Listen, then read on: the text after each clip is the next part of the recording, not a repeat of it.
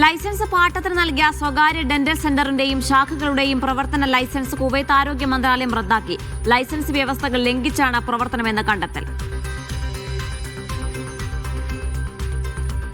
കുവൈത്തിലെ west ഫ്യൂനൈറ്റീസ് റിസർവോയറുകളിലെ ജലശൃംഖലയിൽ നാളെ അറ്റകുറ്റപ്പണി.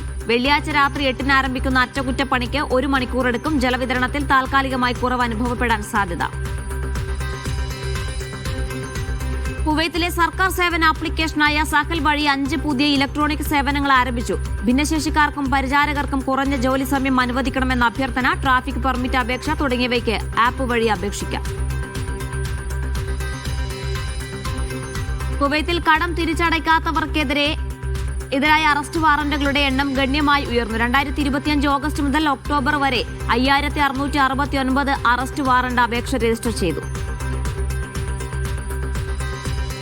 ഷാർജയിലെ പള്ളികളിൽ ജോലി ചെയ്യുന്ന ഇമാം, മുഅദ്ദിൻ എന്നിവരെ ഇനി മുതൽ സർക്കാർ ജീവനക്കാരായി കണക്കാക്കും. സർക്കാർ ജീവനക്കാരുടെ പദവിയും ആനുകൂല്യങ്ങളും ഇവർക്ക് ലഭ്യമാക്കാൻ ഷാർജ ഭരണാധികാരി നിർദ്ദേശം നൽകി. ഇമാം, മുഅദ്ദിൻ എന്നിവർക്ക് ലീവ് സറണ്ടർ തുടങ്ങിയ ആനുകൂല്യങ്ങളും ലഭ്യമായിരിക്കും. ഒമാനിൽ അപകടകരമായി വാഹനം ഓടിച്ച ഏഷ്യക്കാർ അറസ്റ്റിൽ. ഗതാഗത നിയമം ലംഘിക്കുന്ന ഡ്രൈവിംഗ് വീഡിയോ സമൂഹമാധ്യമങ്ങളിൽ പ്രചരിച്ചിരുന്നു.